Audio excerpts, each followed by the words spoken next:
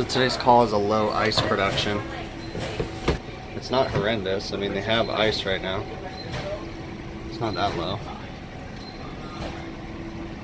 But the machines are definitely dirty. I pulled out some deflectors that distribute the ice. And we're just gonna watch them make ice. This one right here is the one they think they have a problem with. And it does have an error message of a T3 fault, but a T3 fault is a supervisory fault, meaning it's not gonna shut the machine off. It just means you got a bad sensor. They're just there to help you with history and diagnostics, but they won't shut down the machine. So we will see. I'm gonna go ahead and clear the fault for now. The fault's cleared. It'll pop back up in a few minutes, but we're gonna check these guys out and see what's going on. Both of them were full and shut off due to the curtains when I arrived, so, but they are dirty. Okay, so we're currently waiting for this guy. So usually what I like to do is go into service, real-time data, time and temp, and you can look at your numbers, and you could see, yeah, we've got a lot of bad sensors here because T1 and T2 is going to be our liquid line coming in and out of the receiver. And then 3 and 4 are going to be our evaporator sensors. And we've got one saying 189 degrees, one saying 379 degrees. So we've got, actually there's only one evaporator, so it's going to be inlet, outlet. So yeah, we've got a bad evap sensor for sure, at least 2. But again, that's a supervisory issue so long as it's making ice, and it is making ice. So that's one thing, but I like to watch from here because you can see the frequency at which your ice thickness probe or microphone is sensing. This guy's got a pretty full sheet of ice. Looks like we're having some water delivery issues.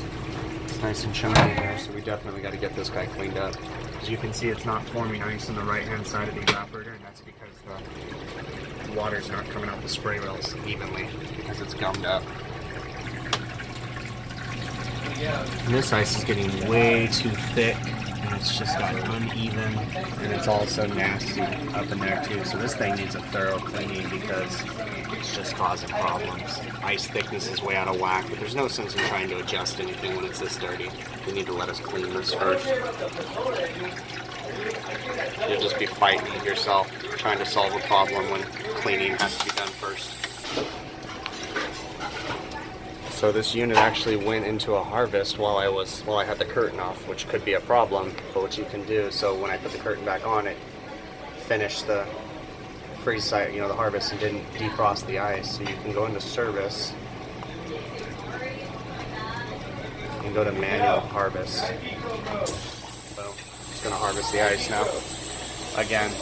And that was just because I had the curtain off when it went into a harvest. So then when I put the curtain back on, it reset it. This is interesting. We've got a plugged up drain line.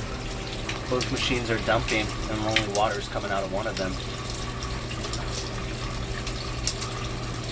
It should be the one on the right, the far right. The one in the middle's got a big old slime booger in it too, but so we're in a dump mode right now and it's pouring out the vent pipe from behind the machine. That's gonna be interesting to replace. There's a problem somewhere. Just look at that monstrosity of a drain. It's totally not the right way to do a drain on one of these machines. It's just crazy. And you can see there's like something inside that vent too. The vent's totally wrong. It's probably got an upward slope on it too. Silly people. This was done by a plumber. And really the ice machine installation people should be doing this. Our general contractor probably installed this or something like that. I could just tell by the way it's supported and everything. What a mess. I don't even know how I'm gonna get back there. It's gonna be a nightmare.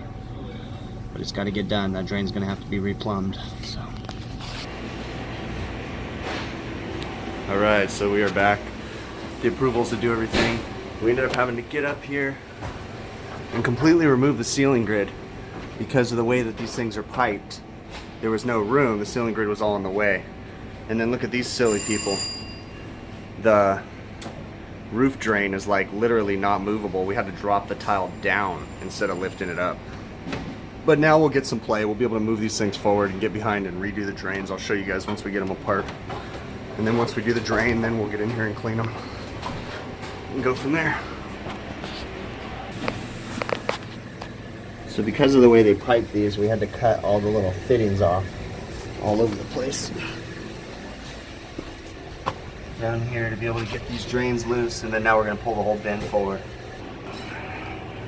All right, so we had to take the center cross beam apart because we can't slide the side. My tummy's too big. So we're gonna have to go under and then put a 4-foot ladder into there and then work from the back side. This is a 2-person job. And we're gonna go ahead and repipe both ice machine drains. So you can see how they did the drain wrong on both of them. So we're gonna get rid of all that and do them proper and correct. I'm just gonna cut all these drains out. This one right here is the one that's actually plugged up and leaking everywhere. So. And this is how the drain should look. Just a straight T with an 18-inch riser coming out of them. You got to put that 18-inch riser. Now the factory wants you to. If you actually look, I have an instruction thing right here that tells you how to plumb them. So I don't know why the plumbers couldn't figure that out. But I don't know. You guys do the math. So anyways, like I said, we went ahead and did this one too because all the trouble we had to go through to pull it out. The one over here was actually the one that was leaking. So this is how I like to pipe mine. We come straight down from what you guys saw right there. We 90 over and I make sure it's at a pitch. And then what I like to do is lay a little bead of solder right there after you get done soldering it together. Gives it support. We come over here, we're gonna secure it on the back of that metal right there. And then we lay a little thing of solder right there and it gives it massive support. And when we're done, it'll come up to here. It'll have a nice 3-inch drain gap above the pipe, you know, or above the drain floor sink, so it'll make the health department happy, and everything will be good. So that's how I like to pipe mine. Now, if you ever needed to move it, you just heat this up just a teeny bit, and that solder will come right off. So that way you can individually move the machines. But there's also flex, and there's room to individually move them up on the top too. So that's how I like to pipe mine, and then they're good, and you don't have any problems with it. All right, so we ended up using a Panduit, drilled a hole. Secured, drains are secured, everything looks clean, nice and neat. So we're gonna go ahead and do an ice machine cleaning now. Okay, we've got the machines back together and we're gonna run them through a cleaning cycle. And I'm gonna break down the cleaning process for you guys, okay? So the first thing, the machines are off, the bin is empty, so we're good, safe, everything can drip, no problems. We're going to do a clean cycle first. Now this is a thorough cleaning, okay? This isn't what the Manitowoc book says to do. So on the machines, we're going to put them into clean, and we're going to wait until it says add chemical. The first process that it does on a cleaning is it purges all the water out. Okay, now we're actually coming out the drain and not coming out the bottom of the bin anymore. Now it says water fill, so it's filling the machine right now, and then in a minute it's going to say add chemical. It's technically safe to add it when it's in the water fill cycle too, because it's not going to dump again. So, but if you follow the instructions, you wait till it says add chemical. So we're going to go ahead and add the amount of chemical. You follow the instructions on the Manitowoc instructions, and also follow the instructions on the back of the chemical. Today we're going to use the Viper Nickel Safe. This is made by Refrigeration Technologies. I've used it a little bit here lately, and it's a pretty good cleaner. I like it. Now, if it's something you want to do, you do have the option to make an auto end. So if you turn that check mark on after it flushes, you know, however many times it does after the 28-minute cycle, it'll just turn the machines on and start making ice. So if you follow the instructions to a T and add the right amount of cleaner, you do have the ability to just go ahead and auto end and walk away. Now, I've never done that before because I always break them down after I run the cleaner through them. So that's it. This is a single evaporator machine. There's 2 of them next to each other. Nothing fancy. The one thing I do like about this particular model is the dump valve is right there. That's the valve that dumps the water out, and that will get plugged up or go bad sometimes. And on the old machines, they were in a really hard spot to get to, but this machine's pretty easy. Okay, so pull the pumps out, everything, drain pans. Now that we've ran the cleaner through, we're just going to disassemble the whole machine, give it a scrub down underneath. We're going to get under here, scrub this down because it hasn't been cleaned in a long time. So I use these Rubbermaid totes because they're great for soaking, and then use an individual pan for those because you don't want those to tip over completely. You just want them to be just the sensors submersed. And the same thing with the water pump. use a fitting brush. There's the Granger part number. Watch this. This thing's gonna be nasty. This never gets cleaned. Look at that. Dinner. Yum. I'm gonna grab it or you're gonna get a mouthful. Oh yeah. So it's not gonna get too much better than that. There's a couple little spots I'll hit up. We'll hit up this a little bit more, but what we're gonna use is the bin now because it's empty. We're gonna use it as a sink so we can rinse off because I got the water hose here and we can rinse off all the parts and scrub them. Check out the bottom of these pumps. That comes right off. Nasty stuff. Gotta watch this impeller screen too. It'll get gummed up like it is right now. You gotta clean those up. I'm gonna make sure on the water level probes, first off, you don't want to submerge them. Okay, so I just had them sitting in a pan. This thing won't focus right now. It's having a hard time, but I pull them apart. So here's a nasty one. I haven't cleaned yet. See, it's just full of gunk and sludge, but they'll come apart so that way you can clean them really good. So we're starting to assemble. It's about as good as we can get it. That other stuff is like a hard calcium. It is what it is, and this is going to get a cover plate to cover that up. So I don't know what they were thinking with this silicone. We tried to pull off as much as we could, but some goober silicone the whole freaking thing. It's kind of a mess.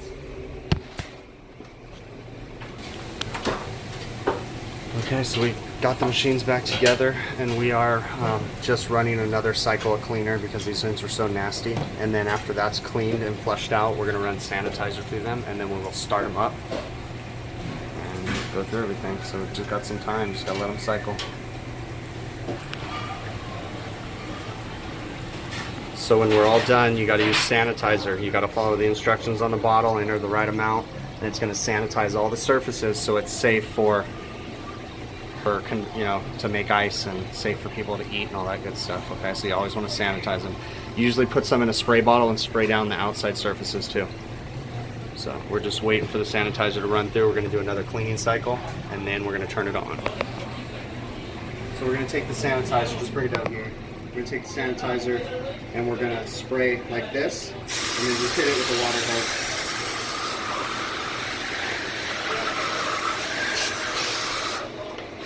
And then it foams up inside really good, so clean it all out.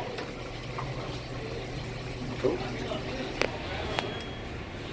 So we watched this machine make ice, and what I'm noticing, look down into here, those, I know it's hard to see, but those sheets coming off this side are way too thick. And that ice thickness probe is way too thick. It should not be that thick.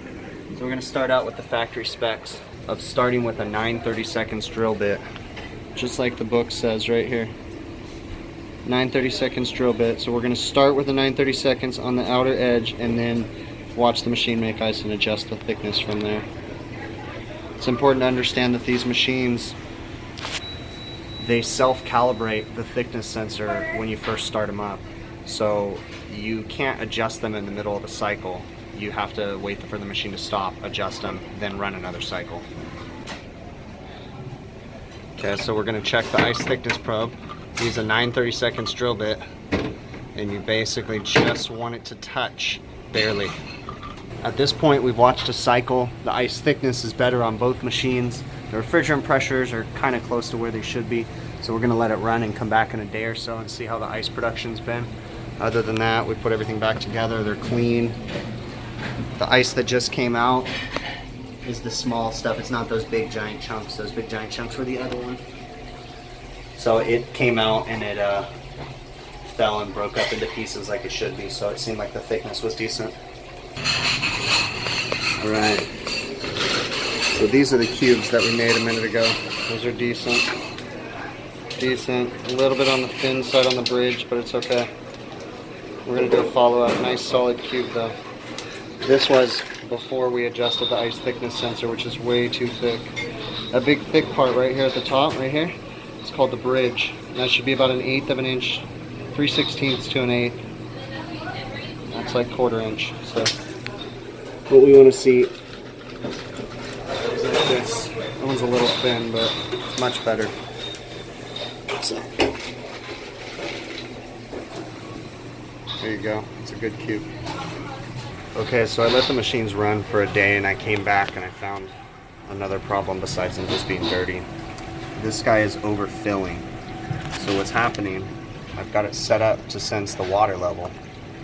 And see how it says water low, yes, water high, no. Well, we're gonna give it a second and it'll start overflowing. So you see the water's starting to overflow, and it has something to do with either the water level probe most likely or the cable that goes between. The water level probe is on this guy right here. You see the bin is not showing, the board. There's a water level probe light. It's not lit up, but you see how it says water high, no, but our water's definitely high. So we're gonna ohm out the sensors and see what we find.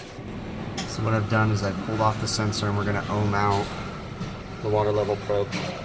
So each one of those wires should have continuity between one of these probes. So currently, nothing, nothing, nothing. That one has nothing. I'll switch it over. Switched it. So one of them has continuity. So the red has no continuity. The black does. Now we'll check the white. And this is the white. And the white has continuity. So the red wire is not getting continuity to the short probe. I tell you what, they do not make it easy. That sensor's all the way down here. You can barely see it down there. My finger's at. And I had to cut a zip tie off to get to it. But now I'm going to fish the wire through. I got a new one, so. Alright, so once I went ahead and replaced the cable, we're getting the right reading now. I went ahead and replaced the water level probe too. I don't see any sense in replacing that cable without changing the probe too. So I changed them both. Now we're shutting off and we're going to watch the unit go through a freeze cycle. Also, before I turn this on right now, I ran sanitizer through the solution through the machine because anything you touch, you want to sanitize. I sanitize the outside of the curtain and everything. So you don't want to be getting your dirty hands on that stuff because that's, ice that people are going to be eating and stuff. So we're going to watch the cycle now. So check this out. This looks kind of like a multiple issue unit. Look at my frequencies. That's the microphone thickness sensor. You notice the big difference between the two? You would expect that if you had a constant noise. Look at the high frequency senses the higher and the low senses the lower. But look at the big spread between those. And look at this machine that's working correctly. It's not a very big spread. And I verified that it's not adjusted too thin. So I think we might have a bad thickness sensor also. These machines are sitting next to each other, so they're hearing the same things. Even if I open this door, it still hears the same thing. You can see how they react to the sound. But notice how the frequencies are working together. Unlike this one, they're not. So we're going to change that thickness probe too before we go any further. Go ahead and turn it off. So I got the new one installed. What you do is you take a 9/32 drill bit and you put it on the plate of the evaporator, and you want the flat edge right here to barely touch the drill bit. Run the sensor over down into the circuit board, and then we're going to watch it make ice. Alright, so this was a service call on some ice machines with low production. As you guys saw in the video, the left machine had an error message when we arrived, and I found that both machines were extremely dirty. The right machine had a plugged up drain, and then we had just, a bunch of other little issues, okay? So the machines were so dirty that I couldn't do anything until they got cleaned properly, but I couldn't clean them until we fixed the drain. So we scheduled and got approvals, we came back out, removed the ceiling grid, repaired the drains, secured them to the bin instead of to the wall, so that way you can slide them in and out. Went ahead and did a super thorough cleaning on the ice machine. Then, when all was said and done, we changed water level probes and ice thickness controls on both machines. We changed the cable that goes from the water level probe to the circuit board on the left side ice machine. And then we also changed evaporator sensors on the left side ice machine. Talked to the managers a few days later. Everything's still working fine. Called them again. It's been about 2 weeks since we did the job. Everything's working great on those things now. So it just goes to show how much a cleaning can do for those things. And you guys saw that fitting brush that I pulled out of the distribution hose going up into the machine. That was nasty. That's something that gets forgotten on that model machine. Nobody ever pulls those hoses to clean them. So it's very important that you guys use those fitting brushes. Even when you're working on any brand, I suggest using those fitting brushes because the cleaners and the sanitizers really don't get the caked up stuff off of the walls of the tube, you know. Anyways, just want to say thanks so much for taking the time to watch my video. If you haven't already, please consider subscribing to my channel. Put new content up all the time. Popping up right now also is some other channels I highly recommend you guys check out. Give those guys a shot too. And other than that, I will see you guys on the next one, okay?